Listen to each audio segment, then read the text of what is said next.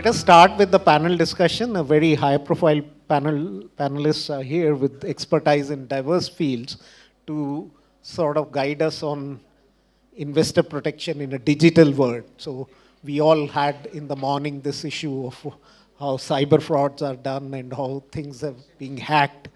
And we have the head of the cybercrime unit of Delhi, the Deputy Commissioner of Police, Mr. KPS Malhotra. We have Executive Director from Reserve Bank of India, Mr. Jayant Kumar Dash. So he has chaired the Digital Lending Committee report, and RBI has shaped the digital lending guidelines recently. Mr. GP Prasad, you all know, he is looking after investor protection interest at SEBI. He is the Executive Director. We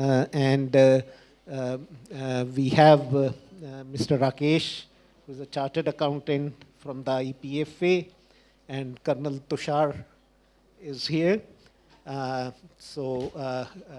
He is the general manager of the IPFA. Have I missed anybody by any chance? I think that's it. Maithili is there. And Maithili would be sort of moderating this discussion. And Maithili, you would have seen her all the time in economic ET now. She is a senior editor there, and she does the programs. Thank you for doing this. Maithili, over to you. Thank you, Mrudul, and thank you also to NCR for inviting me here. As Mrudul has said, we really have an excellent panel, and the reason why I say that, I particularly emphasize the word excellent, simply because we have representatives from all the key players. We have from SEBI, from RBI, as well as from IPFA, which is actually essentially the three main players, the usual suspects, maybe one can say, in the digital world. I emphasize SEBI, and the reason why I say collaboration is important is because this talks about investor protection. Now, I think in India, very often we get confused between investors and savers. The Reserve Bank of India and banks look after basically savers and borrowers. And it is SEBI which is responsible for investors. Very often in India, we make the mistake of thinking that an investor is the same as a saver. And I'm sure Mr. Garg will agree with me that when he says that SEBI's profile and mandate is very different. So we have Mr. Garg from SEBI to look after the investor interest. And we talk about the digital world. Essentially in India, the digital world, when you talk about financial area, we're still basically talking about payments and now perhaps a little bit of lending, which is where the Reserve Bank of India comes in. And we have two people from the Reserve Bank of India. We have Mr. Dash as well as Mridul, who was till very recently with the Reserve Bank of India and now has moved to NCAR. And then, of course, we have the IPFA, which has a tough job, really, of managing investor protection. It's a relatively new entrant into the field, so I think one needs to moderate one's expectations of what IPFA can really achieve. And then, of course, we also have Mr. Malhotra from the cybercrime unit of the Delhi police. And I think this is an area which is even newer still, because for the police and for the government to really understand what cybercrime is all about, to do things in terms of enforcement, implementation, and most importantly, punishment, because deterrent is one aspect of it. The other aspect is when you catch somebody who's actually done something wrong, how do you mete out such an exemplary punishment, given the kind of judicial system we have in the country, where it would take donkeys, years, if ever, for the wrong, so the guilty to be brought to tasks. So I think with that kind of panel that we have here, I think, in fact, I wanted to just add that IEPFA, I think, has been modeled on the basis of the US, National Securities Administration Authority, NASA. We've all heard of NASA, though none of us perhaps will ever go to space. But none of us have heard of NASA, though all of us, I think, have done a digital transaction. And God forbid, at least a few of us in this room, I have somebody here who's already been at the receiving end of a cyber crime. So I think with that, let me just turn over. Let me very quickly give you the modus operandi. The modus operandi would be for each of the panelists. I'm sorry, I have Rajesh Garg also. Rakesh Jain, right? From IPFA member again, who's just recently also joined us on the panel. My apologies for not introducing him earlier. So I think the modus operandi that I plan to adopt is that, each of the panelists will make an opening statement as brief as possible, maybe 5 to 10 minutes. And based on what the takeaways are from theirs, I will perhaps set the ball rolling and throw some questions, after which I do plan to open the floor to all the participants over here. I'm glad to see a full house. So I think maybe we can start with Mr. Garg from SEBI was perhaps, I think, SEBI is perhaps, as I said, the most, what shall I say, responsible for investor protection. They've done a fair bit, but digital area is something that is new to them also. And now we also have the added problem of crypto, which both SEBI and RBI are both trying to say, not my baby, not my baby. Whose baby is it really then in that case? So maybe I'll start with Mr. Garg, and then perhaps we'll move on to RBI, and then of course we'll open it up to rest. Thank you. Thank you, Ma'am Maithili ji, for your kind words and for introduction. And I convey my congratulations to IPFA. I'm part of it, so being the family, congratulate on this, their foundation day. And very honored to be part of this panel, some of the very learned people on the dais. And this very, very good gathering, and I can see that many of the students and the future leaders here. Let me start with saying that today we are discussing the investor protections and as well as education part of it and what SEBI does it. So let me start that we have two distinguished areas where we actually interact with the investors, and I always tell gently all my colleagues that yours is one department where we are actually directly interacting with the people of the nation. So this department actually for a general common investor is very, very important because people interact with us. Just to give an example that it's good that we feel happy that we have a mail called sebi@sebi.gov.in. We get more than 125,000 mails every year. Huge amount of expectations from people which actually makes us happy and how much people care for it. For example, we have Ask SEBI. You ask us if you have any issue. That is where we try our best to reply to your queries about the securities market and any issue you have. So let me start with our how we handle actually investors' queries when it comes to the grievance part of it and how the technology play very, very important role in it. So probably we are among the first regulators who came with the online complaint redressal system score sometime in 2010. And let me tell you that we started with the redressing online. Today, sometimes you feel that people are not so tech savvy. But I'm very happy to say today 90% of complaints we receive online. So it means the pen and paper complaints we get just 10%. And let me also tell you that over the period, market intermediaries have also become so tech savvy that our first line of resolving your complaint is it goes to directly to exchanges, brokers, intermediaries. So 50% complaints gets resolved even without our intervention.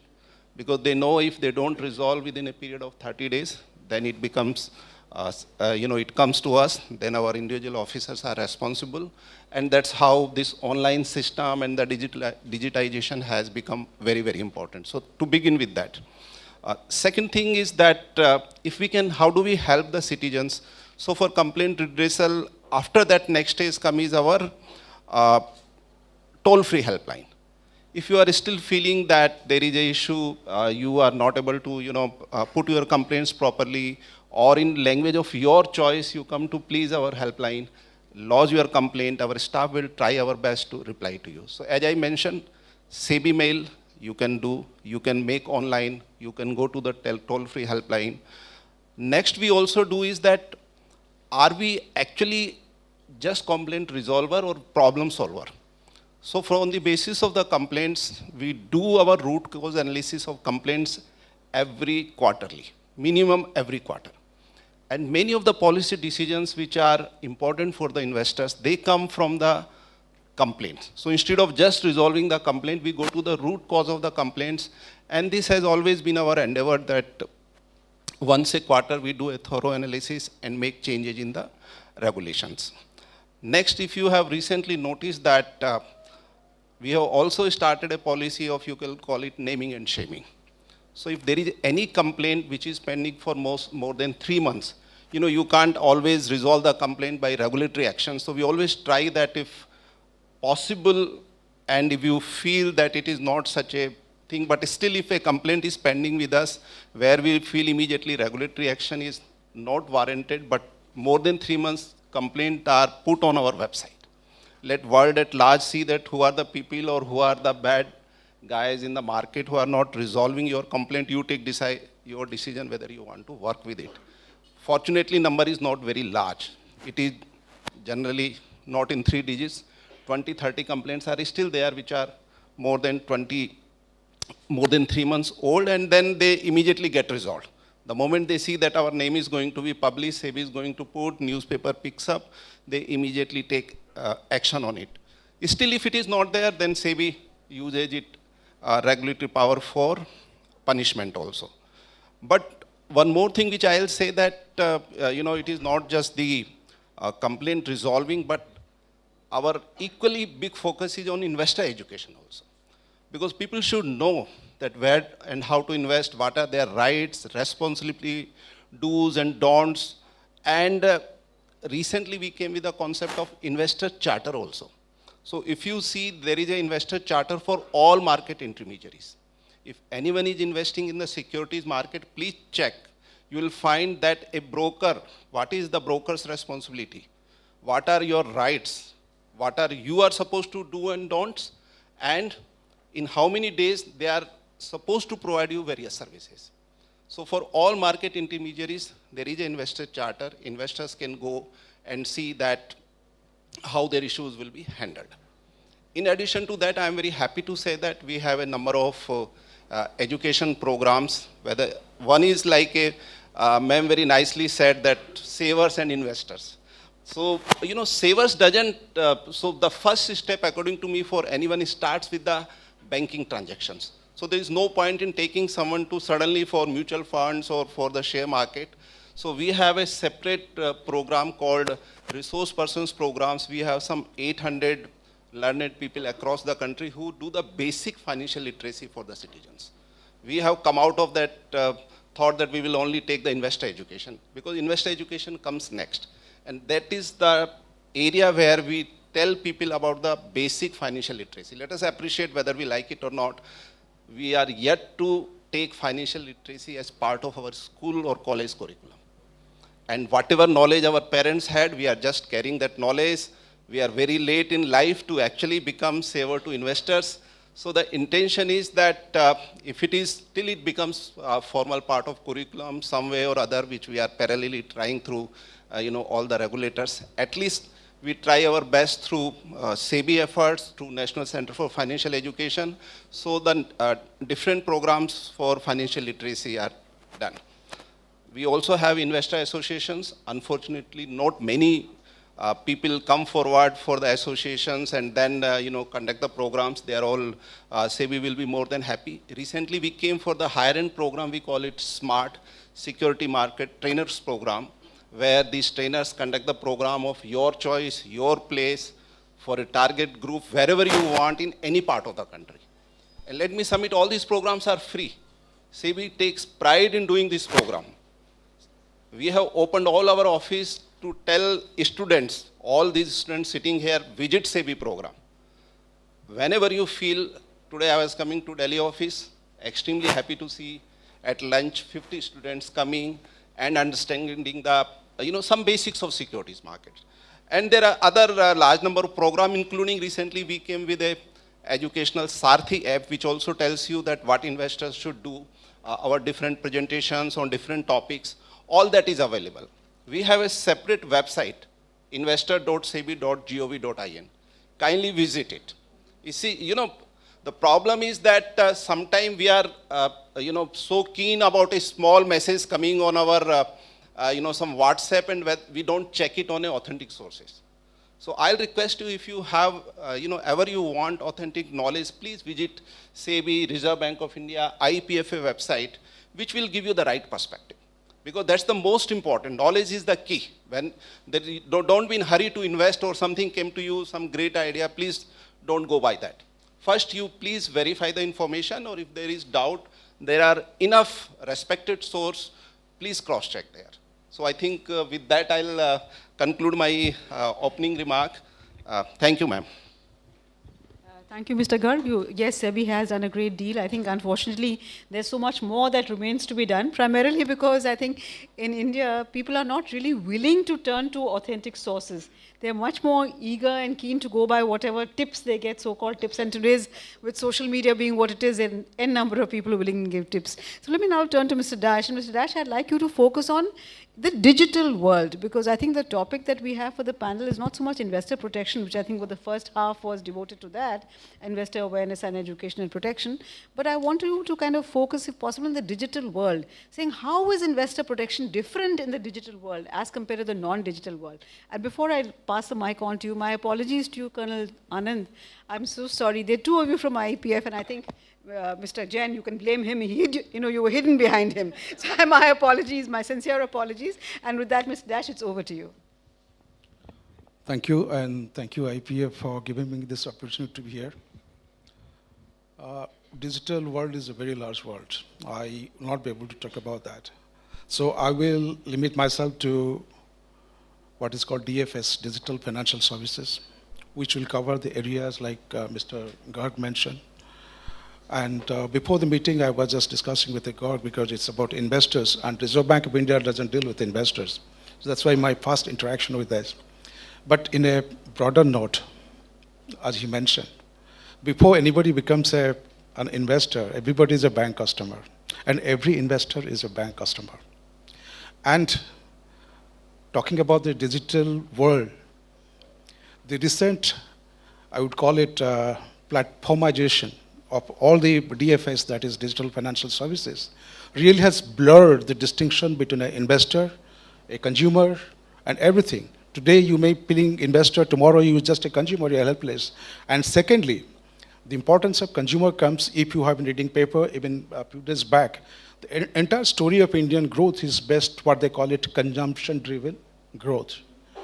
So that is so important. And that is one of the main building blocks that on which strength India is growing.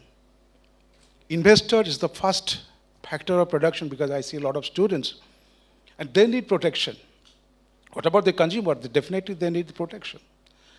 And if you have read the Consumer Protection Act 2019, this has been given as a right to be protected.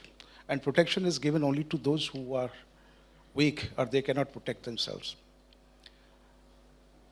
And again, taking one thread from the investors and digitalization, today from the gathering the young people who are there, they may or may not be investor, but possibly they will not be associated with IEPFL future thanks to digitalization. Because all of the people whose money, dividend or anything, this is my guess, again, I don't have much information, but that must be from the physical days when all the scripts were in physical mode and check payment, etc. Nowadays, with the digitalization, with the dematerialization, I don't think any new investor would be facing those problems.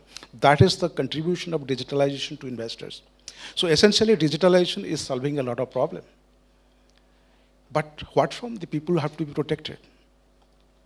Before I talk about, I'm giving you this concept so that you can understand the regulatory perspective, how the protection comes into picture. I'll talk about what RBI does. I'll talk about the digital payment, etc., etc. And I'll not take much time. So there is a concept some of you might have heard. It's called Fenn's paradox. Fenn's paradox. Fenn's paradox, it's a kind of, it says, the more we try to make the world a better place, we get into worse problems. And I recently saw a kind of cartoon in one of the place, which very easily explained the regulators and the consumers, or who are the beneficiary of regulation. Fence is something which is created so that people are kept safe. So it's a cliff. People should not look down and fall back. So regulators, they put a fence on this so that people don't go there, don't look there. But now people feel very safe. Now that fence is there, everybody comes, lean on the fence to see what is there, and the fence breaks. And the damage is much less, much higher than what would have otherwise happened. So this picture comes to my mind when you are talking about the consumer protection. As I will go on telling, you will find there is so much has been done for the consumer protection, but still there is no resolution in view. the fate of the consumers is not really getting better or getting to a zero issue position. And this is one of the paradox. Now I will talk about RBI and consumer protection, as like SEBI has been in the forefront and consumer protection. I think all the financial regulators, they're doing their bit to really help their constituencies or the clientele who are depending on them. Similarly, RBI also does, but RBI, in many places, whenever it happens, you may be doing some kind of financial service you must be availing, but everybody is availing the banking service. So that is the kind of parent area where the consumer comes in the financial services. Parent area where the consumer protection need to be there. And as far as RBI is concerned, when we're talking about consumer protection, there is one part which is visible to the consumer, what is being done for that. But there is a very major part which is not like a, what they call iceberg. There is a big part which is not visible to consumer, and that is actually creating effect. Otherwise, like I mentioned, I read in a few days back in the newspaper, Wild West or something that's of Printex, that term was used in one of the newspaper. If it is free for all, possibly you don't know where it would be. And let me upfront tell that even if the numbers are growing, in a lot of consumer exploitation, the rate of growth has come down, the pace has come down. And then if you have to see effectiveness of the consumer protection measures taken by different regulators, you have to really compare with what would have happened if this were not there. That is the way to look. You cannot look at that it's growing and all what is happening, because the entire world, and particularly the digital world, is something is changing every day. And if one particular hole is plugged, there is 10 new holes are coming. And the limitation of another limitation of in the digital regulation, I would say, this is I don't know whether the oxymoron is the right word. Digital is global. Digital doesn't have a geography, whereas regulation has a geography. And I will come to it because this was actually very well established, this particular fact, and people from law enforcement agency will agree with me during this lending apps for which RBI came out with it, digital lending apps and all. The entire thing is coming from outside. And second part I would like to say, the risk in digital lending, or for that matter, any innovative product which is coming to the market right now, it is managed by a set of unregulated but very powerful group of entities or persons or whatever. But the limitation of the regulators is to control or regulate it only through the regulated entities. So the transmission loss you can understand. Okay, I hope you are getting what I'm trying to say. So these are the limitations of regulation to do the consumer protection. But notwithstanding, this doesn't diminish the need to at the same time protect the consumers, which we have been doing. Anyway, to cut the long story short, I'll just read out, or rather tell you, kind of the journey of RBI in digital part, how they are consumer-centric, you can call it investor-centric or depositor-centric. We know that you can't, for example, I'll tell the second largest complaint which RBI Ombudsman receives, which is the complaint mechanism for RBI, is about service deficiency or conduct. If you go to a bank, somebody is misbehaving with you, can this be regulated? This cannot be regulated, because this will be debatable and all. So for that matter, in 2006, RBI had set up something called BCSBI, which is Banking Codes and Standards Board of India, which now, that fair practice code was kind of introduced by them. Subsequently, in 21, this has been wound down because now we are slowly taking over through regulation, right? And mobile banking is one of the major kind of channel for banking today, is the highest number one. And RBI had come out with how the mobile banking should happen. It was issued to the banks in 2014. That is from where the digital consumer protection thing came. And this is all that, 2014. And secondly, then they were charging very high fees. Like you remember in 2017, December 2017, those fees were regulated. Otherwise, consumer, if you know that now there is a debate whether UPI should be chargeable or not chargeable. But since 2017, RBI has controlled it. So you know that if you're able to do a free UPI, it's because of that. And there are certain underdeveloped regions in, say, Northeast and all, where RBI has created funds like IPF so that the entire digital mode is free for all, even the vendors. Then in 2019, recurring payment, e-payment, how it is safeguarded, that those kind of guidelines were issued so that people are protected. And that is another thing, most important thing I will say. It's about the mistakes we make, all of us make. And we lose money in the digital transaction. And if you know a pure digital world, as it is mentioned, you will not find a single human being to talk to many times. And you may not have an address. I'm not talking about banks or companies, but like all, say, any online platforms and all. So that is the challenge of digital world. And in case of banks, this was a very groundbreaking intervention of the regulator. I hope you all know. In 2017, we came out with guidelines that if there is a loss to the customer, consumer, or you say investor, because of in the cyber world, that is a digital transaction, you will not bear any loss. It was kind of insured. I don't know whether the previous sessions it has been talked about, then I will not repeat. But then this was insured, kind of insured, the banks have to do it. And if you report within 3 days, what is your thing? So all those kind of things. So if the consumer is not doing anything wrong, and I will try to narrow it down to if you have not shared your OTP kind of things, you have not been mistaken, you will not lose any money. That is the regulation, and banks have to abide by this.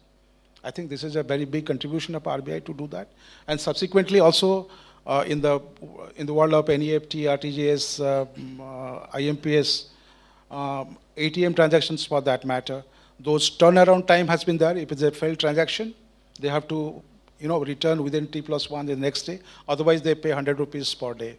You go for credit card now. Credit card, if you want to stop it, if you then stop, they don't stop it like within, stop means I close the account. Stop has to be instant. So they pay 500 rupees per day. So those are things which have been imposed on the banks, and consumers should be aware to use that. I'll come to the other kind of things which you have done for the bank side. We have done online dispute resolution, so everything is digital on that. Then card tokenization you'd be hearing nowadays. We have issued digital payment security controls. Then another, which is directly to the consumers, we have enabled, maybe in 2017 or so, that you are managing your own cards, that you can disable, enable, or put a limit on your card. So, and many people may not be using it, and they lose money. This is one part of it. Second part is all of us, and in one independent survey I read recently, 42% of the people has been facing some kind of fraud, digital fraud, or during the last 3 years. And of all the people who paid, only 17% get back their money. So this is some independent statistics, not from the RBI. So the precautions which the people should take, they should be aware, and they don't report. They don't report because we know there are issues in reporting to banks and all. But then if you report in real time, you make the complaint, you can be absolved of your liability. That is some kind of incentive for the people to report. And to facilitate further, the government of India, I think they have a national cyber reporting portal is there. You can report that, and it's very effective. And we also receive all the data regarding what kind of frauds are happening. We take care, but that's not in the public domain. Another challenge I would say people should be cautious about is normally whenever we are doing a transaction, we think of the physical world. I think old timers said there used to be something called Negotiable Instrument Act. There are rules how to, as a banker, you would recall, good faith and all, so many things you have to take before passing a check. But nowadays, if you are trying to make a payment, the single identifier is your bank account number. You may put 3 more kind of information, but that is not material. So that distinction you have to kind of keep in mind. And see the challenge again, I'm saying the trade-off. Suppose you want to do the second factor check also, you can't have a immediate payment. For example, UPI is the highest fraud occurring area now, UPIs. Card has come down because of the various steps we have taken. UPI, there is a suggestion that whether we can give a, say, 30 minutes cooling time, Because UPI, when a fraud happens, somebody takes from your account. Instant credit is possible. So we try to debate among ourselves with 30 minutes, so nothing can happen, so that it can be cut. But then people are not agreeable. They're used to that, no, instantly it should be. So that is the trade-off I'm trying to say. So that's about it. And digital lending, I don't think if anybody has read about it, I can address that. But that's a slightly different subject. But if you see the kind of steps we have taken, I can say opening steps we have taken in digital lending, it is addressing some of the problems at the root, rather than at the kind of symptom level or at complaint level. If there is anything specific, I'll talk. But for the interest of time, I'll stop here. Thank you. Thank you, Mr. Dash. You raised a lot of very interesting points. I think I'll just turn over to the IEPFA members. Mr. Jain, would you like to go first, or Colonel Anand would like to go first? We'll just try and stick to that 5 to 10 minutes. And the two of you, maybe 5 minutes each, since there's Thank both of you, speaking from the same Mithali ji. organization. It's nice. First of all, I must appreciate the topic which has been taken is investor protection in a digital world. Now, what do we mean by this? I would split this into two parts. One is investor protection, and second is in digital world. Now, if we look at it, investor protection remains same, whether it is in digital world or it is in normal physical world. Where we have talked a lot in the earlier sessions also, and we have been, every agency has been talking about, and there are many, many agencies which are working besides SEBI, RBI, mutual funds, MFI, the various intermediaries, banks. Everybody is talking about investor awareness, and we feel that investor awareness is going to go in a big way.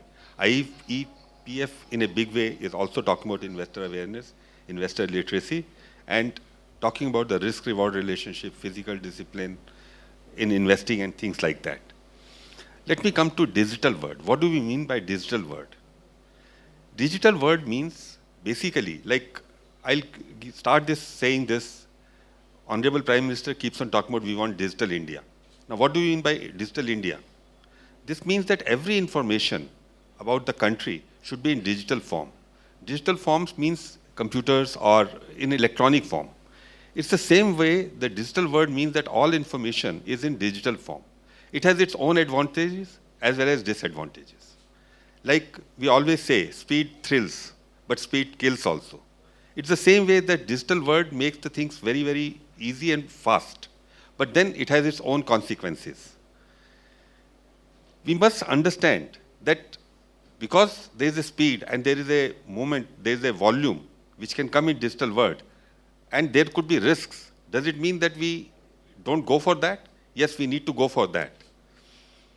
I won't take long, but I would like to just talk about an old story which I'm sure everybody would have read, is the Hair and Tortoise.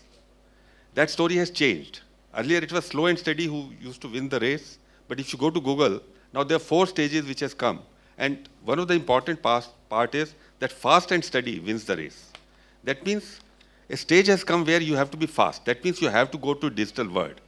Now, in digital world, how we bring investor protection?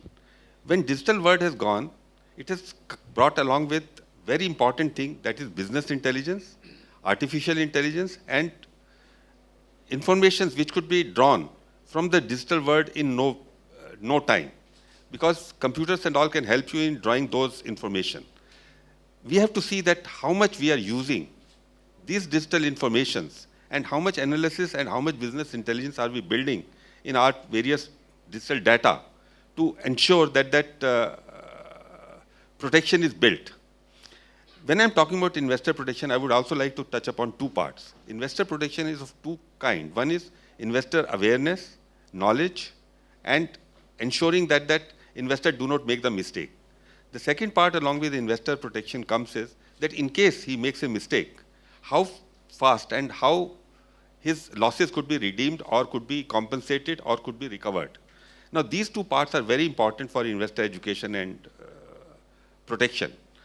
So coming back on digital world, my view is that in case we are able to draw out digital world in a manner where we can create business intelligence and create mechanism, like I'll give the reference of what Mr. Garg talked about is that whatever complaint they get digitally, they establish the root cause virtually say every quarter. And then, now in case these root causes could be established through digital world itself and through business intelligence, it will become much more easier to identify where the problems are, and people could be identified. Like Mr. Dash talked about customer service. So even through digital thing, we can even verify that which branch, which particular person is creating misbehaving. And hence, one can see that one chance can be given, two chance can be given, and third chance need not be given. You know, so all this is possible through the digital world, and hence we can bring investor protection by analyzing the digital data and creating business intelligence on the digital data. And with this, I will thank, and I'll give it to. Thank you so much, Mr. Jain. Colonel Anand. Okay. Good afternoon, everyone. After a, I think, good meal, I know it's a heavy session, but it's very informative for the youngsters, for the college students with us. You have to understand that you have to understand the nitty-gritties of the subject matter. So when we talk about IPFA, it's a very young organization, though it's a 6 years old. However, practically we are 3 financial years is the main years we have been worked upon. And before I get into the protection aspects, I just wanted to highlight few things that in this short duration of time, we have got 2 mandates. One is to return the shares to the people. We are basically like a bank. We are custodian of your shares and dividend. And once you prove it that it is yours or it is your parents and you are got a succession, transmission, we return it to you. Now, in this short span of 3 years or plus, we have been able to return approximately around 2 crore numbers of shares back to the countrymen. And so it's a big number. We have been able to somewhat returned around 30 crore worth of dividend, because earlier the dividend used to be 50 rupees also, 5 rupees also, it could be 1,000 rupees also. So we are a young organization, we are evolving, we are stabilizing. However, why this mandate of financial literacy to us? So we have a financial literacy mandate as per the legislative mandate. All the regulators or like SEBI, RBI, banks, IPFA, everybody is working towards financial literacy. Now why so? Now as per a survey in 2019, 27% of India is financially literate.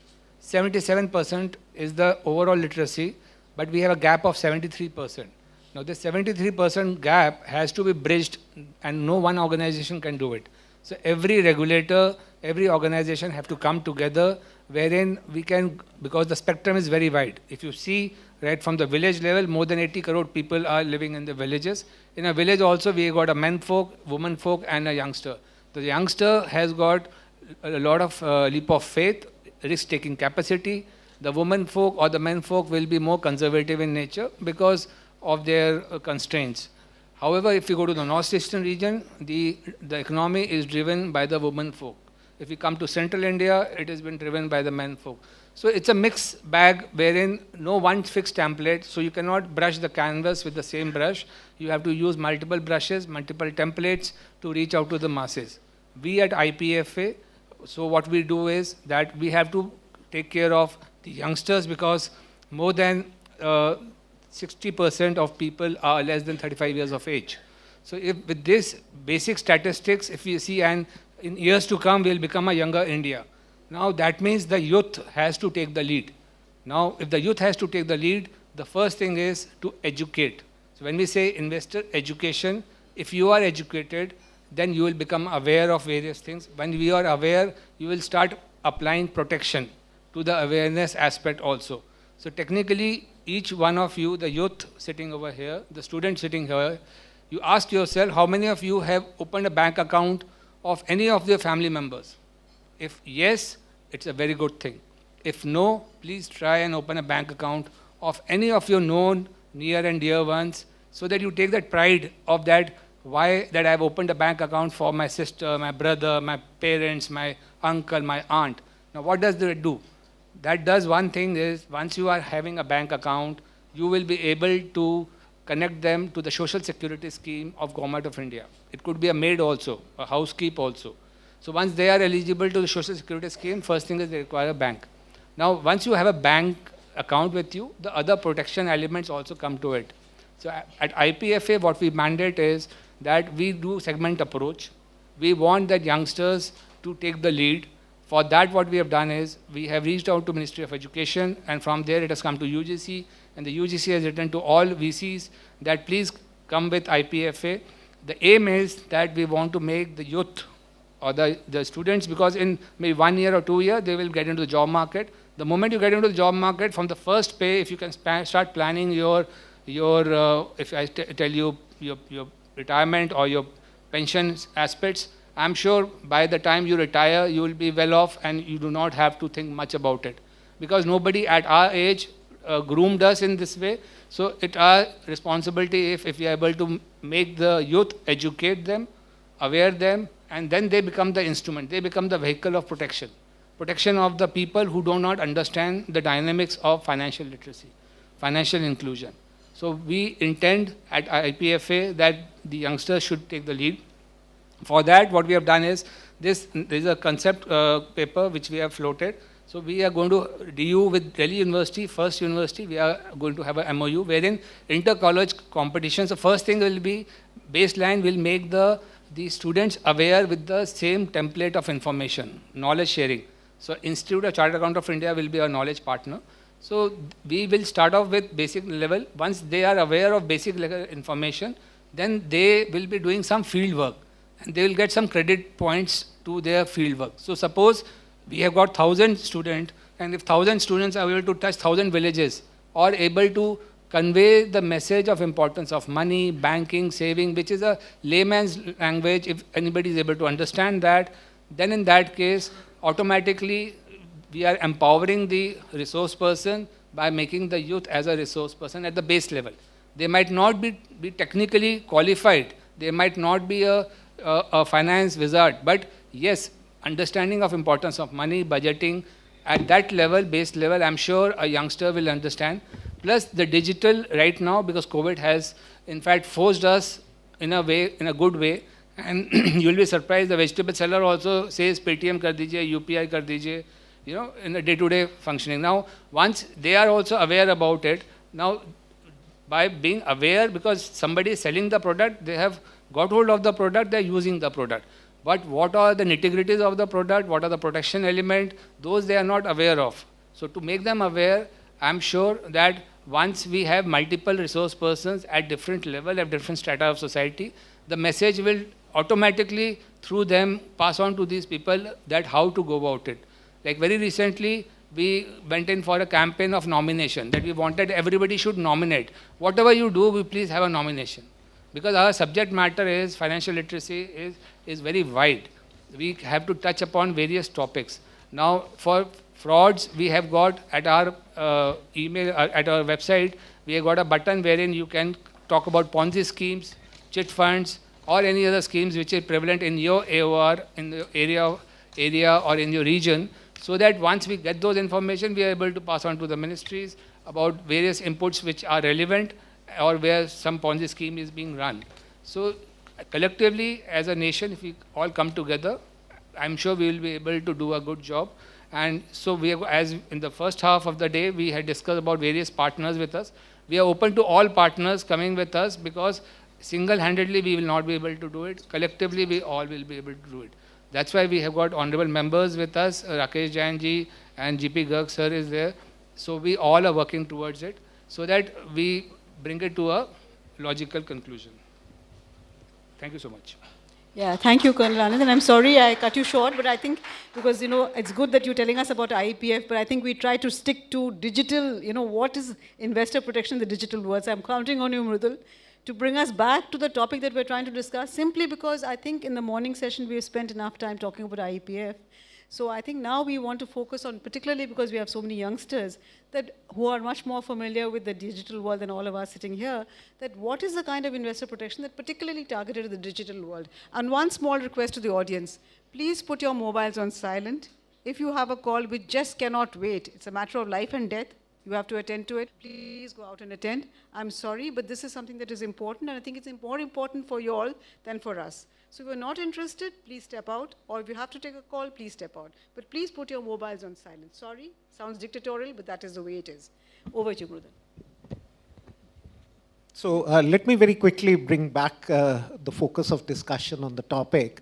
And I'll raise just two things and maybe request Mr. KPS Malhotra to discuss I saved his. Mr. Malhotra for the last thing. because I think the cop show always the Yeah. last to Yeah, grab yeah. the guys who are guilty and catch them and say, what are you So- doing? So we'll ask him, what so- has he so- been doing? So I said, let everybody have their say and then we'll put him on the spot. So Yes. one thing, purely, I think Mr. Dash, Jayant Kumar Dash, evaded a lot of discussion on the digital lending guidelines, which Reserve Bank is now bringing out, following his report, which he chaired the working group.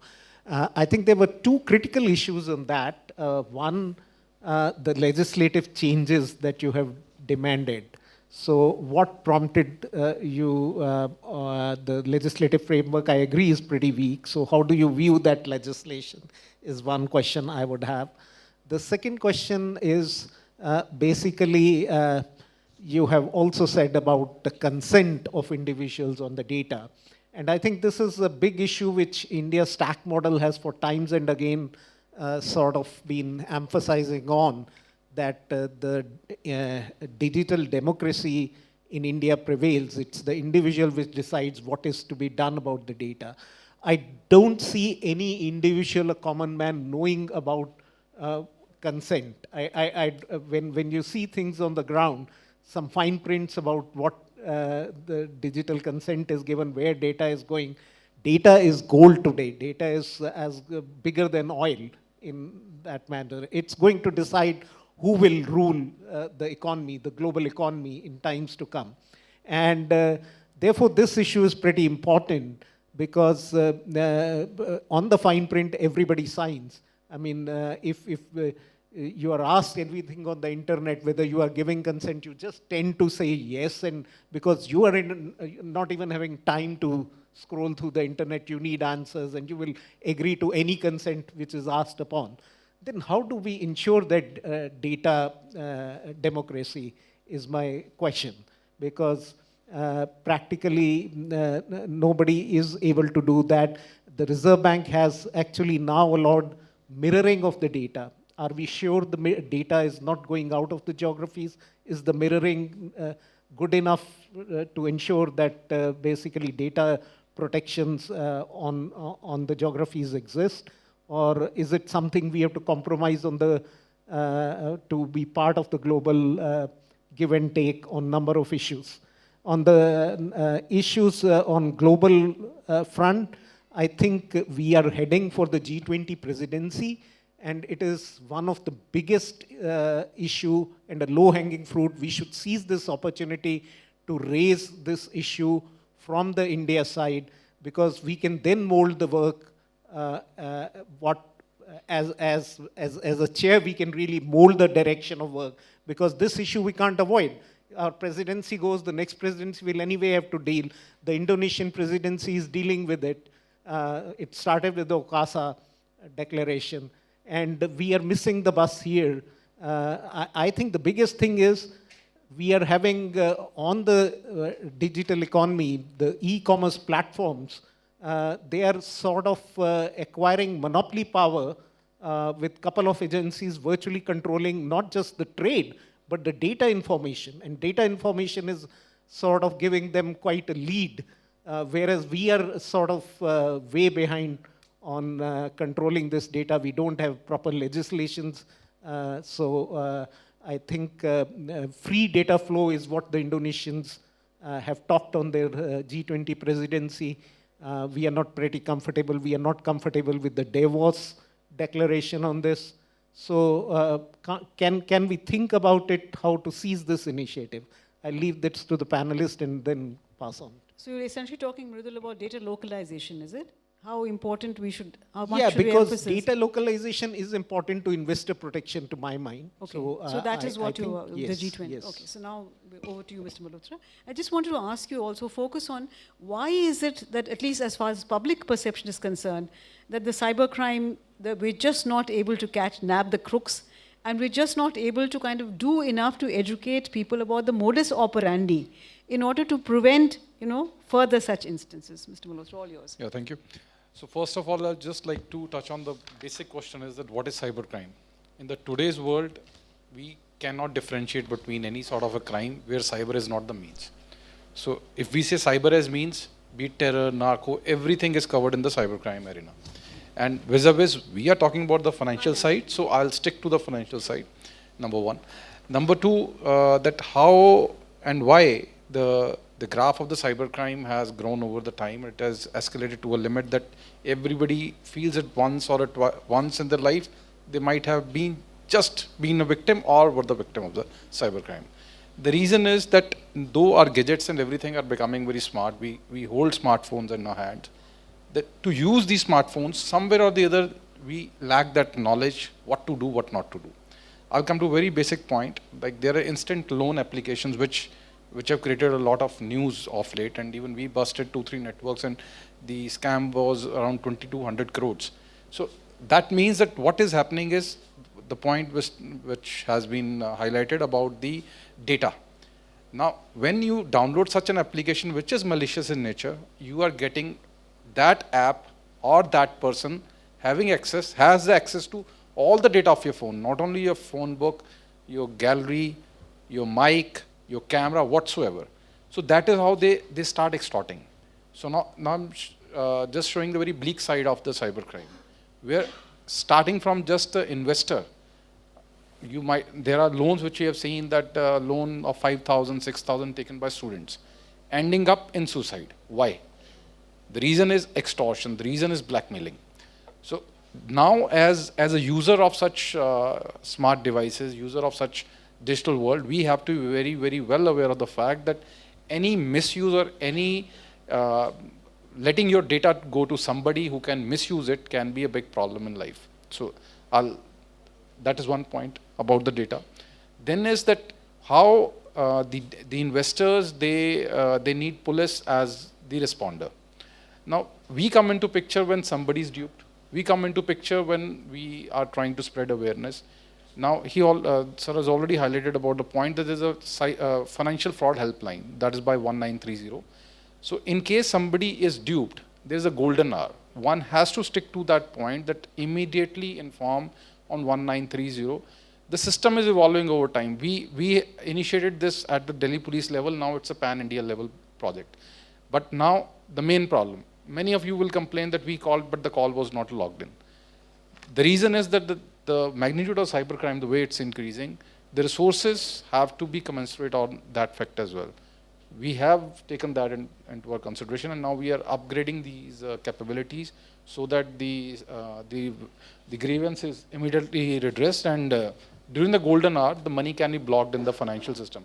The digitalization of this financial system has created an opportunity that with the click of the mouse, one can see where the money is flowing, and when the UPI and NPCI comes on board with us, we'll be in a position to protect that money flow and block that money within the financial system, so it does not move out as a cash, and so that we are able to protect the investors' interest.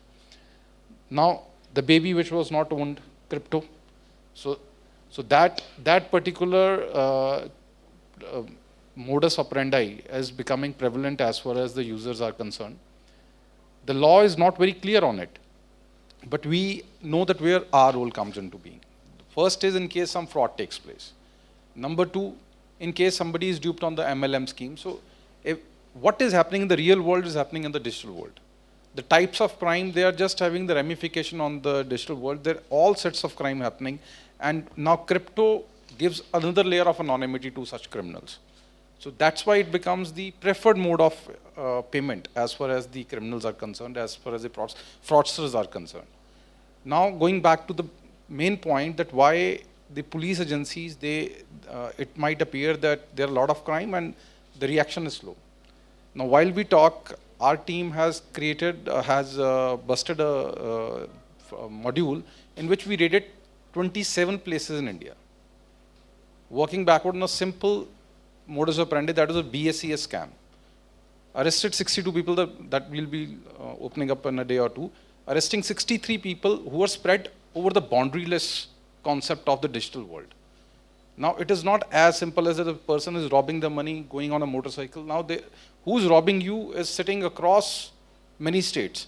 And the instant loan application, the data is not being hosted in India. It is all going to China.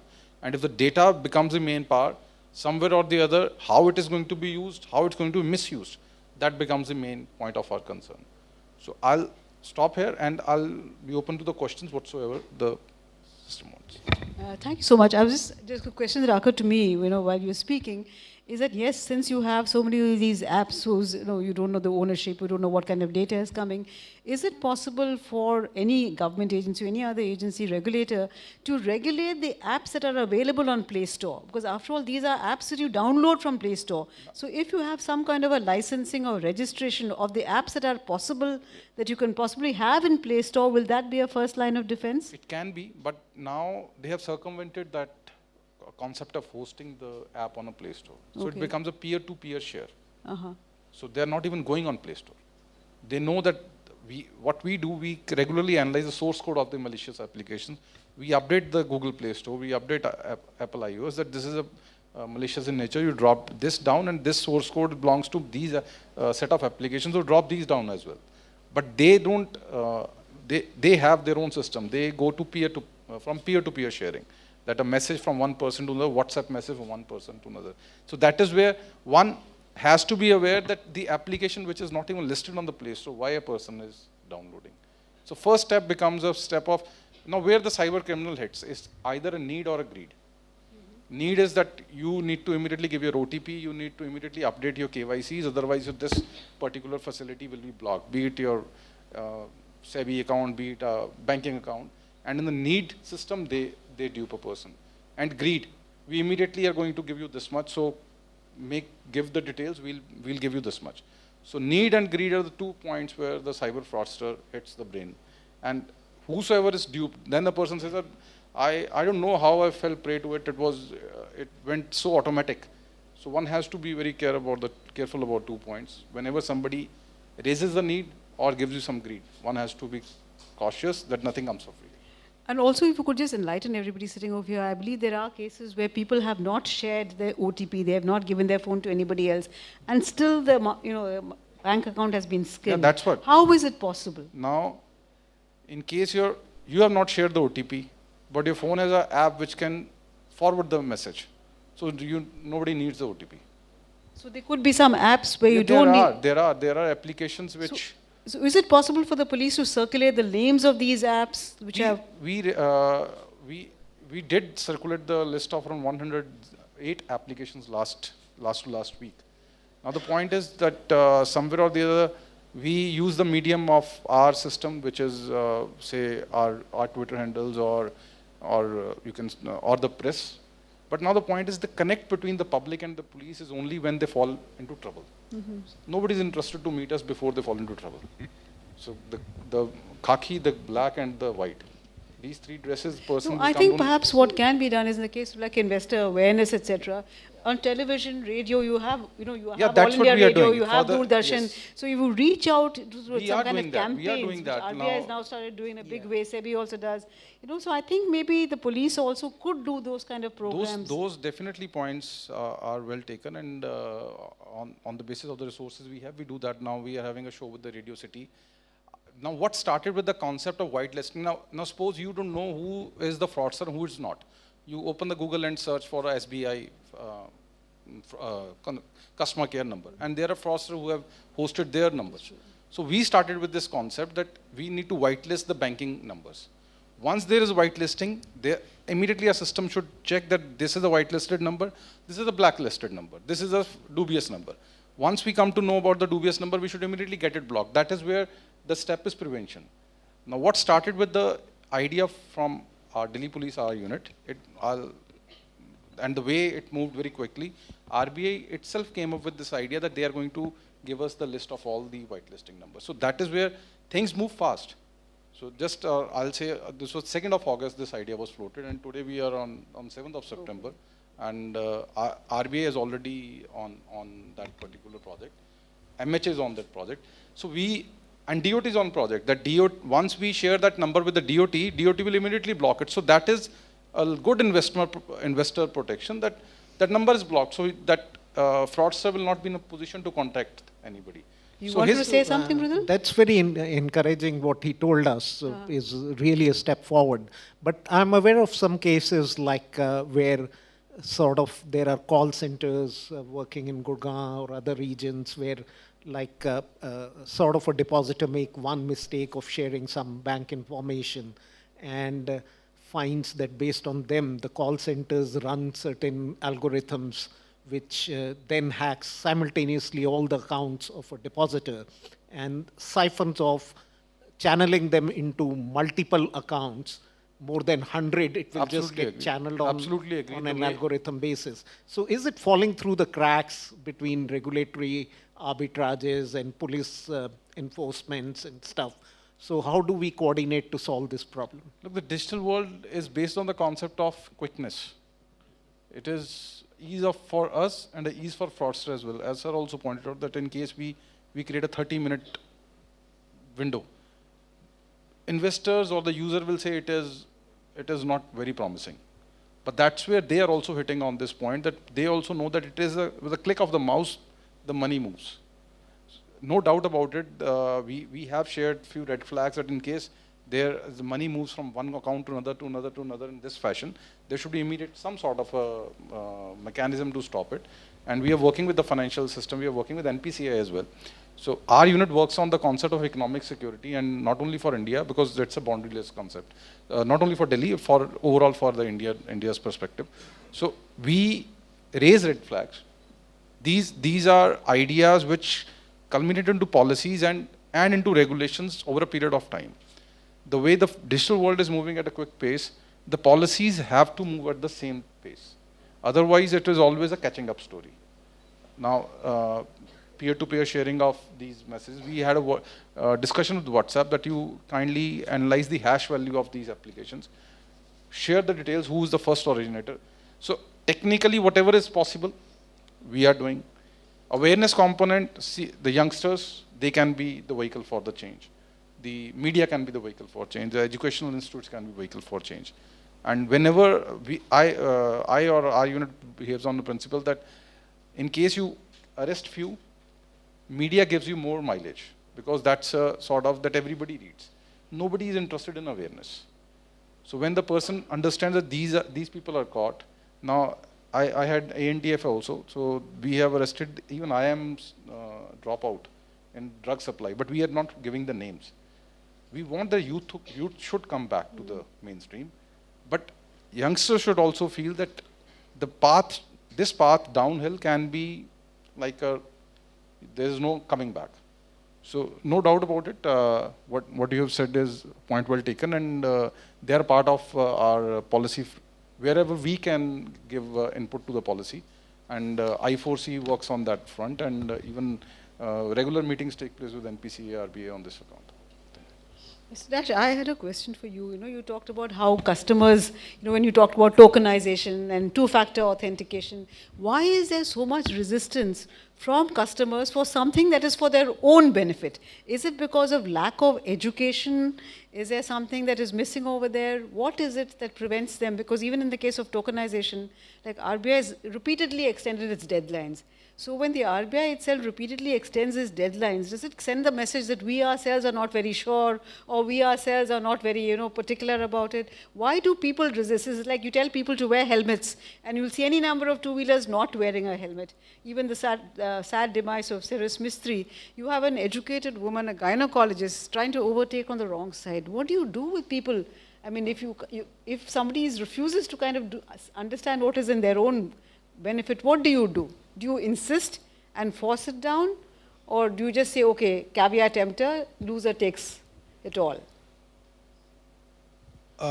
When you are saying there's a lot of protest and all this thing, you have to remember one proverb, is the quickest wheel that gets the maximum grease.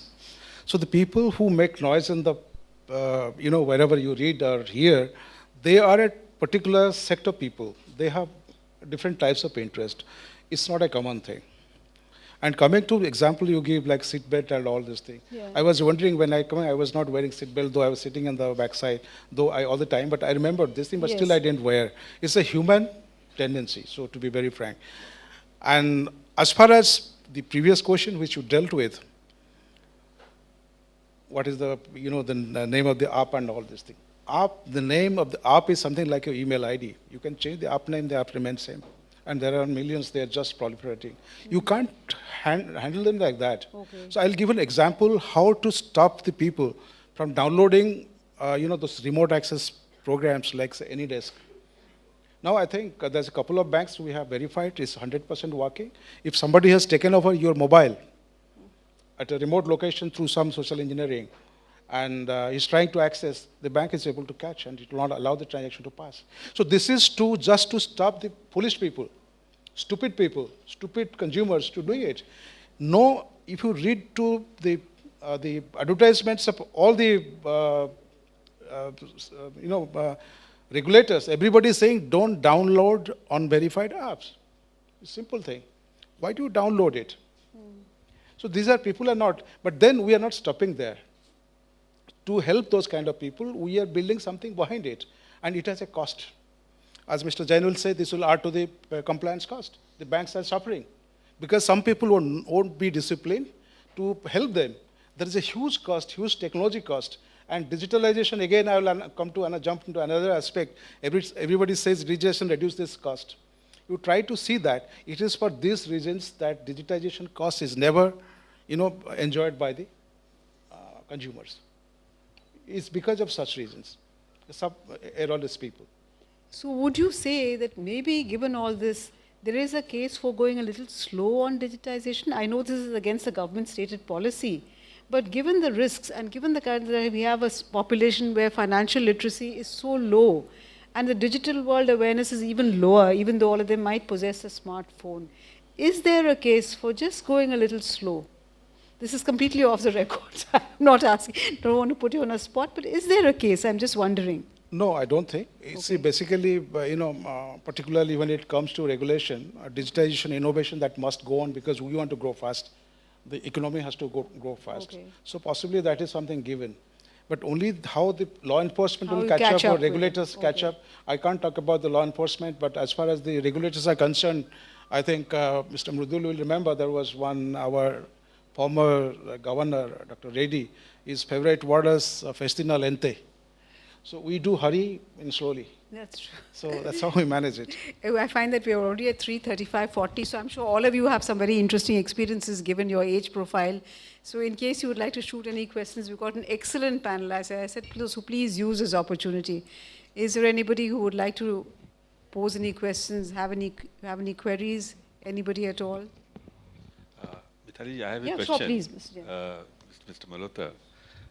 You see, most of the cases, when the fraudulent money goes, it finally goes to some account.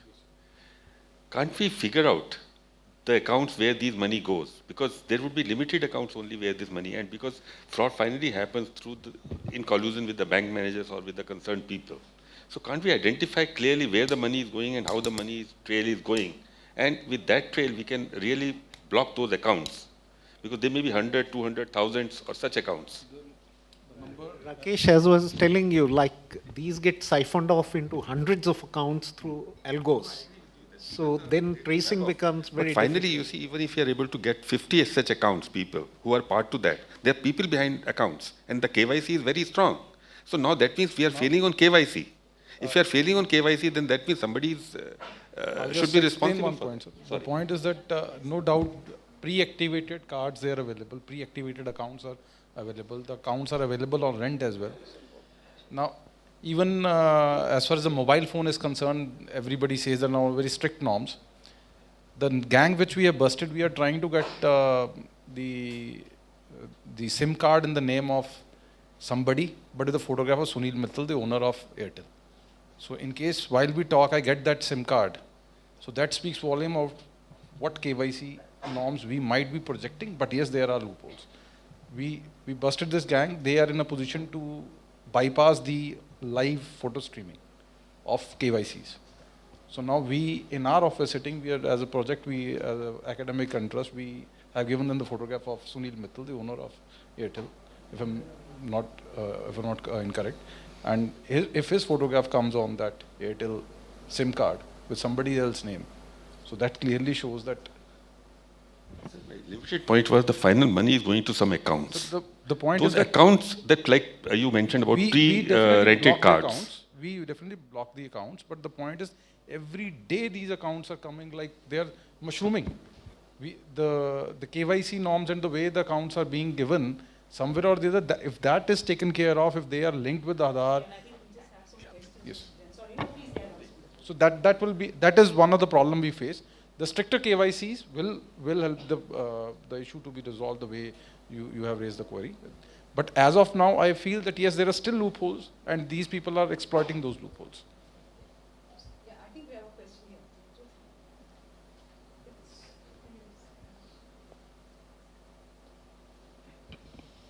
here. It's not, well, I mean, it's the final stage question for which I'm still very curious. Something happened to me beginning of the year, at the beginning of January. And since then, all the steps that you have mentioned, I have come through. And finally, your crime unit got in touch with me, and I went and talked to one of the deputy directors or somebody staying in Gurgaon, you know, your unit there. And we had a one-on-one conversation, and I got a call from him a couple of months ago saying that they have actually zeroed in on 2 accounts, and they have been able to identify people at the end of it, and that they are in the process of filing, what do you call it, against a court. Charge sheet.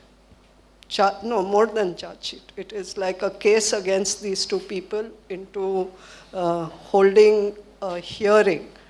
Now, if this is the level of regulatory, you know, tightness that we have to reaching there, what is the regulatory tightness that a legal system has when this charge sheet actually gets I mean, it's a curiosity because I'm no longer involved in it. He told me, you don't need to come there to give any witness or anything like that, that this is under our control. I just wanted to inform you, and I wanted to verify that the statements that you have given are valid or not.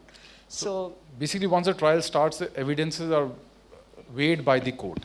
So now the evidences go towards the court. No, weighed all right, but does the court even have a legal, you know, like law to try someone? Yeah, why not? The law is in itself very powerful.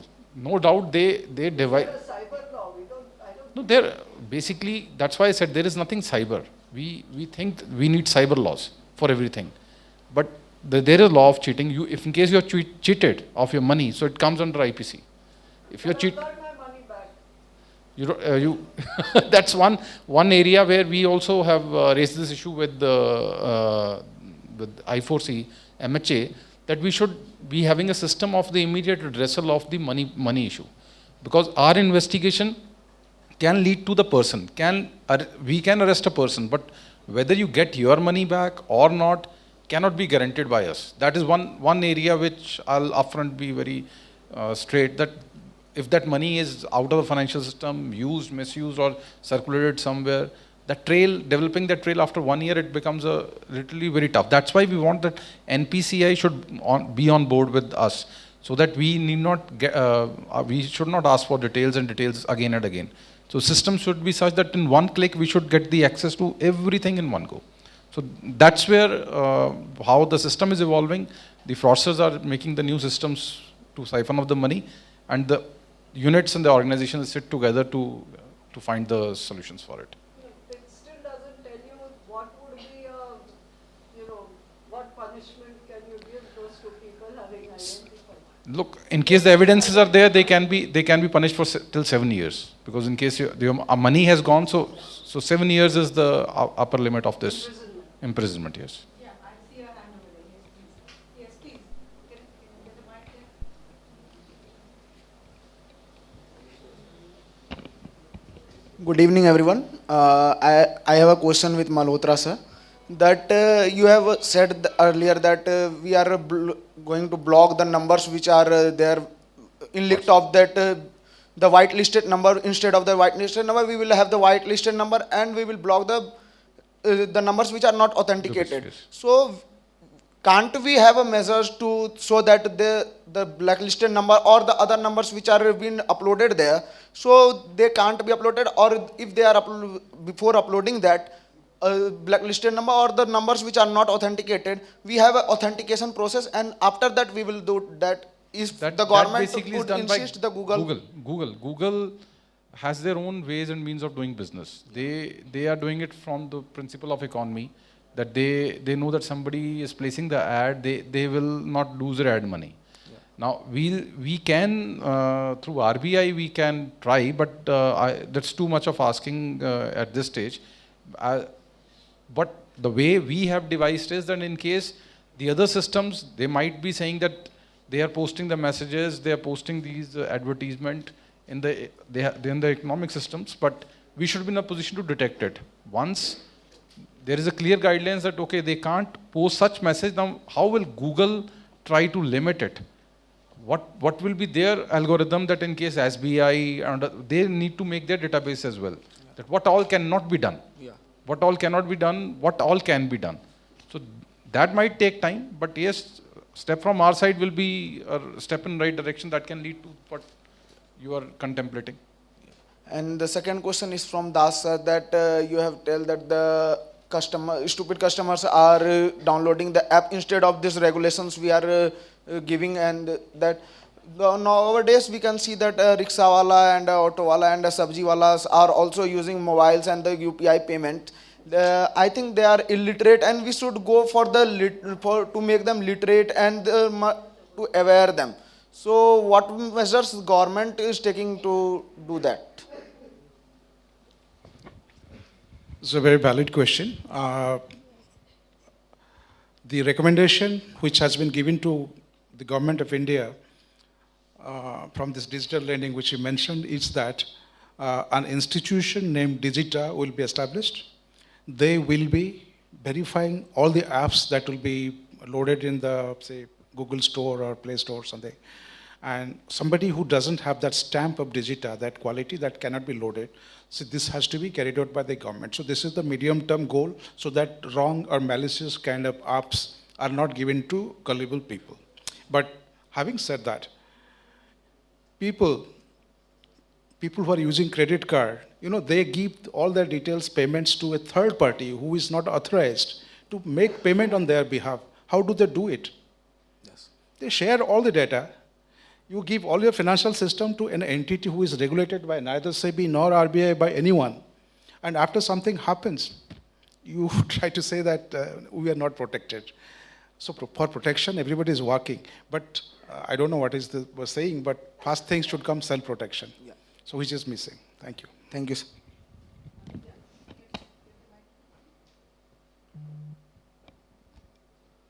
Hello. I'm Aryan, I'm from Informist Media.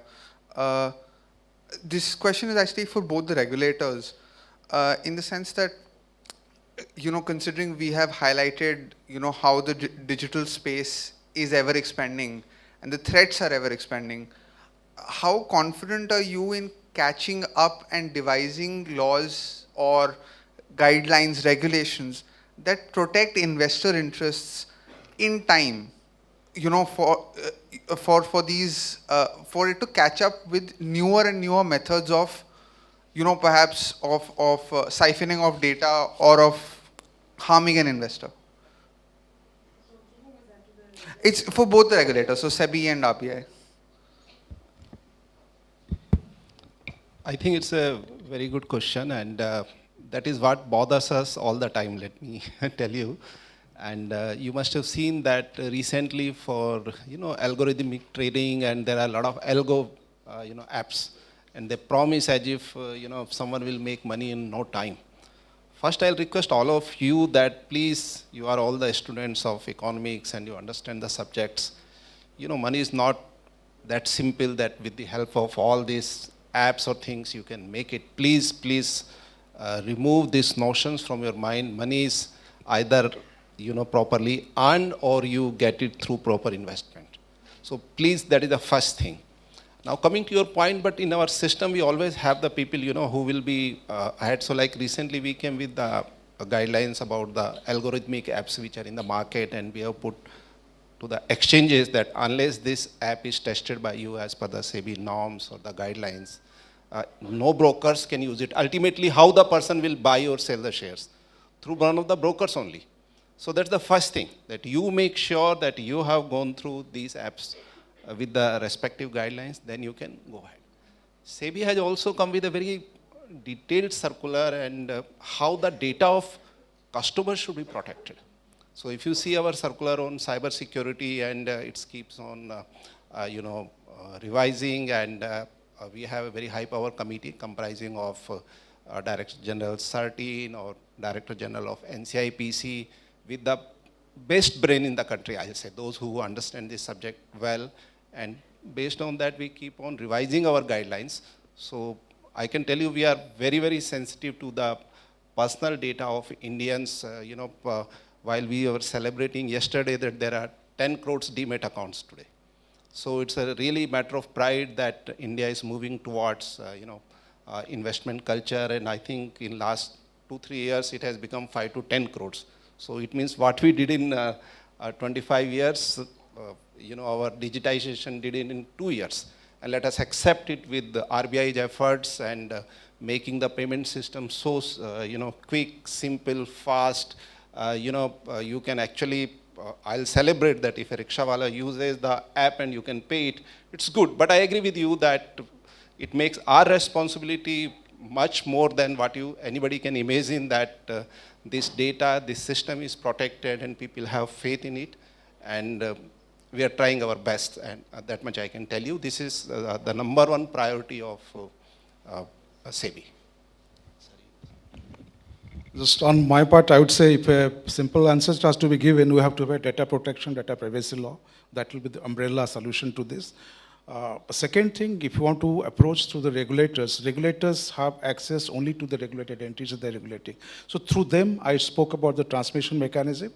So success rate will be only that much. So if you want a very kind of comprehensive solution, it is from the government statute, the data protection law, which now being discussed, that will be the final solution. And if there is any deviation, law enforcement agencies will have the right handle to deal with this.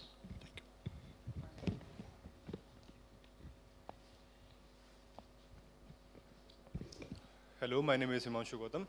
So you were saying that you are running the awareness program on the DD channel. So don't you think that it is a old school practice that you are running awareness program on the DD? I don't think that many of us are watching the DD nowadays. Radio.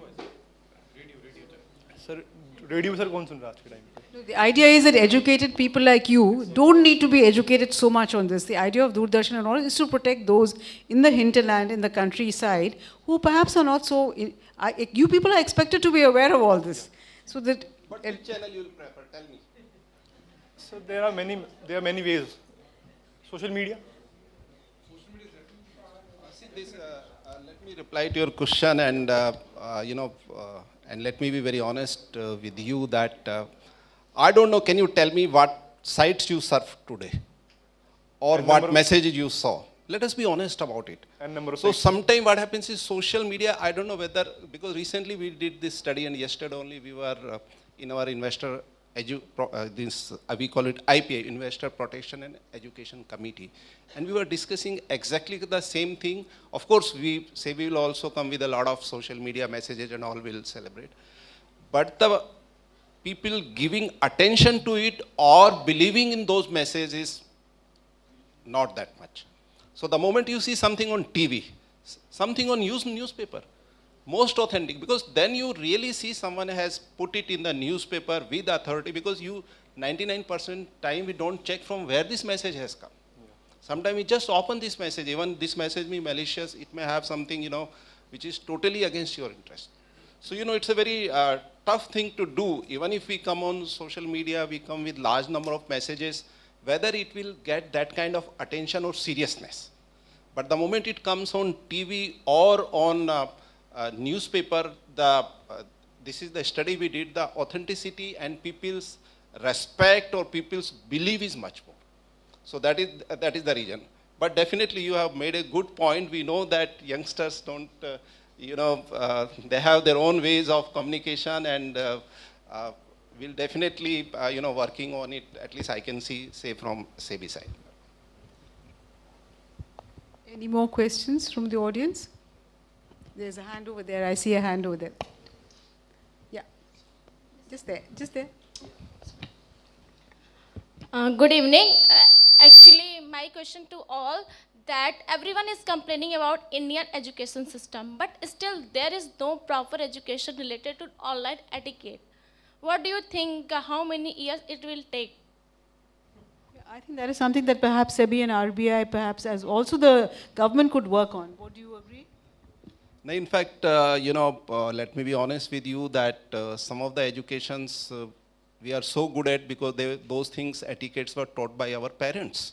So, those things we can never see. So, they are the first teacher, our mothers and fathers. And today we have so much of consciousness about environment, I'll say one topic, because we took all collectively that we should do it. Maybe in future it's a very good, there is a new education policy, and let me tell you the national curriculum framework is underway. Some of you should, whatever you feel should be taught to new generation. Like you made a very good time, you can call it that, awareness about how you behave on, on a digital channels or whatever.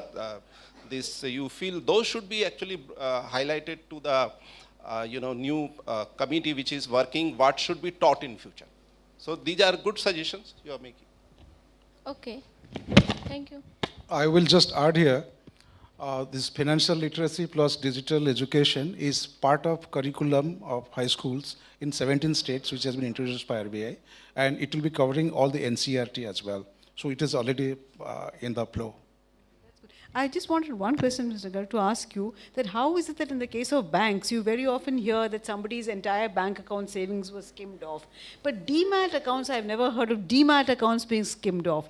What is the magic that you do with demat accounts which makes it so much more difficult for some investor to lose the balances in his demat account? Is there any reason why demat accounts don't get skimmed? I think one thing is that very, very strict KYC. And, and second, I'll say the system which depositories have put in place are very, very... In what way are they different from banks? I would honestly not be able to answer your question, but it's a very good question. And in fact, let me also tell you that luckily we are not getting so much of complaints about, this kind of where, only complaints we get is that if some brokers default, then if your money is pending with the broker, then there are the issues. So SEBI has said that every month you have to settle your account. Either you refund the money or give the security to your clients. You can't keep money for 1 month, or maximum period is now 3 months. And if there anything happens, then we have investor protection fund and other measures. So finally, it is you people with your own, due diligence. You all have to be, careful about your own, how best you are careful on the digital side. That will actually matter a lot. This is my suggestion to all of you. But this is a good question you asked me. It occurred to me while I was sitting here that why is it that we hear so often of bank accounts being skimmed but not of demat accounts? Mr. Dash, do you have any idea? No, I don't have an answer, but I can say if a thief comes, you'd rather take cash and gold rather than the refrigerator. You wouldn't want Reliance Group rather than 20, 30 rupees. Any more questions? I'll just give an input on it. Yes, sorry. So in 2014, there was a SharePro scam wherein the RTA officials in the company, not all, few of them, they came together and they had something called proxy claimants. Proxy claimant because the RTA does the verification of the signatures, and the companies has got the details of the register of members of the owners of the folio.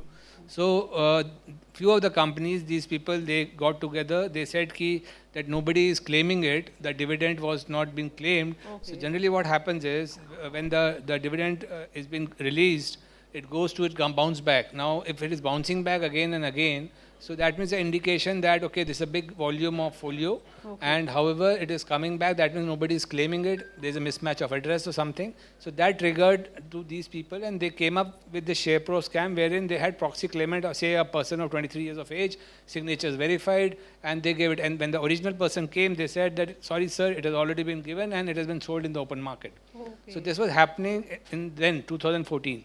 Now when we as an authority came into being, though it was 2013 Act which gave us the power, earlier it was not coming to Government of India. Now we became the custodian. So we are like a bank to the common man, the fractional owners of their folios. Okay. We are the custodian of their shares. We are the custodian of their money. It stays with us. However, the process of approval is there, wherein the claimant claims that, okay, I am having this 100 shares. So the thing is, 7 years, after 7 years, if you do not take dividend, it comes to us, because in Evidence Act also, 7 years has got a relevance. So when it comes to it, it becomes property of Government of India as a custodian. Now, in what you asked is why it is not going is, because when it comes to us, we go through a process of approvals wherein we have to do the KYC and the company has to ratify the claimant's claim, then only we release it from our demat account to the individual. Otherwise, in normal cases, ma'am, what happens is generally that it stays in the demat account of the individuals. If it has to move out, there has to be a trigger. And the trigger could be through a broker or through a person or a person who's a shareholder who is giving away all his information to that broker or the middleman to carry out, execute. So there is a system in place wherein the folios, they don't move out just like that. But yes, the major chunk which comes to us, which we are holding of the unclaimed, we do not release it just like that. So we have got checks and balances in our place. That's why we are very, very, and still you'll be surprised, we have counter claimants. People with identical documents, same name, with different photographs, coming for asking for the same shares. So we have got incidents in place wherein people have come to us with counter claimants also. So in India, you can get a stamp paper. No end to human ingenuity for all kinds of things. But any more questions? We're almost at the end of time. Mridul, I think it's 4 o'clock that you wanted to wind up at 4? Yeah, I think we are almost. Yeah, so we just take a last question. Yeah, please. मैं Jain sir के question का करना चाहता हूँ जो उन्होंने पूछा था कि जो अकाउंट जो फ्रॉड होता है किसी के साथ, तो वो अकाउंट फ्रीज क्यों नहीं किया जाता? इमीडिएटली अकाउंट को फ्रीज करना चाहिए, और अगर आप साइबर सेल में भी अगर आप कंप्लेन करते हैं तो वहाँ से भी आपको रिप्लाई सीधा ये मिल जाता है कि आपने ही OTP दिया है, आपने शेयर किया, तो इट्स योर फॉल्ट. मतलब वो उसमें कोई हेल्प नहीं करते, साइबर सेल से कोई आपको हेल्प नहीं मिलती. पर होना ये चाहिए कि उसका अकाउंट जिसके पास गया है, अगर फ्रॉड कोई है तो उनका अकाउंट फ़ौरन इमीडिएटली फ्रीज हो जाना चाहिए, और उसको जो जिसके साथ फ्रॉड हुआ है, अगर अननोइंगली हुआ है, जैसे भी हुआ है, तो उसको तो उसका correct figure.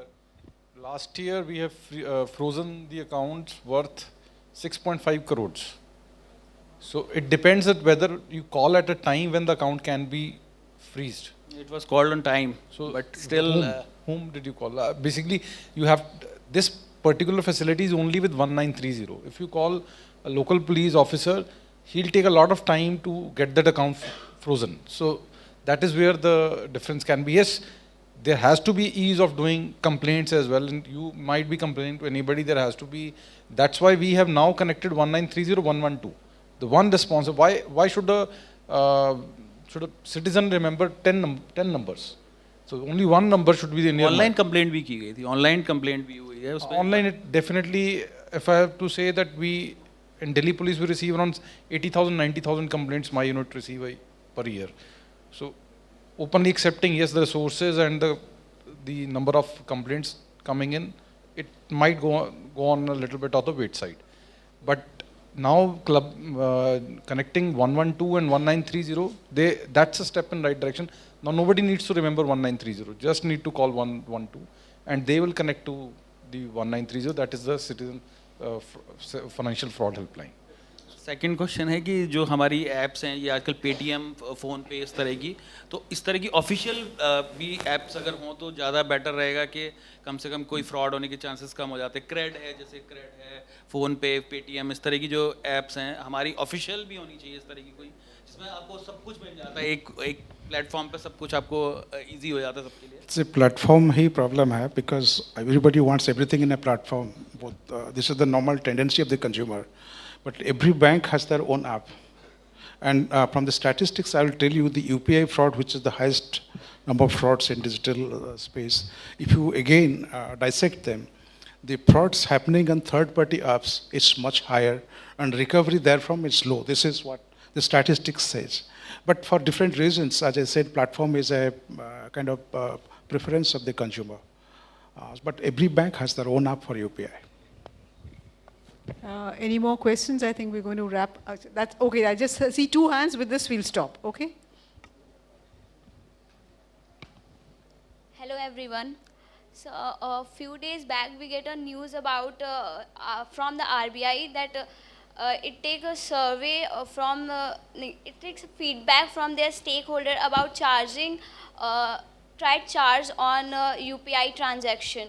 So can you put some light on it or the decision of that feedback? Shall we take the second question also, and maybe if there's some overlap, it will save time. Yeah, you had a question, right?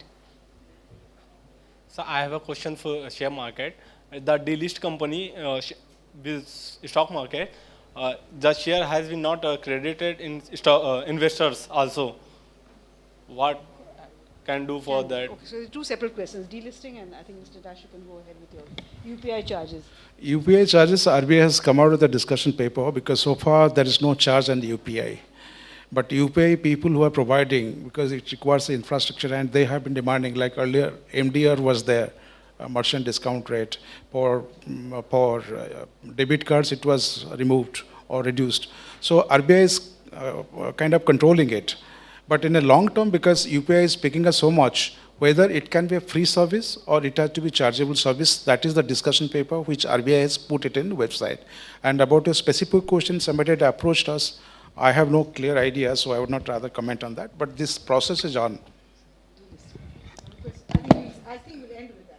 Yeah, coming to the delisting, actually delisting doesn't come under SEBI. Once a company is SEBI actually regulated entities are listed companies, not the delisted. Once they are delisted, the whole process is followed, and thereafter it comes to MCA, which becomes the authority to take up if there is any issue. So I think we'll end with this. Any quick comments from any of the panelists, and then we'll wrap up. Mridul, you have something to say? No, I just wanted to thank you before you end the panel. So thank you, everybody. I'm glad you had such large turnout of students, and thank you very much to the panelists also. I think it was a very interesting discussion. At least I enjoyed it. I don't know about everybody else, so I hope, thank you very much, all of you. Thank you. And thank you, everybody, for joining this panel at a short notice.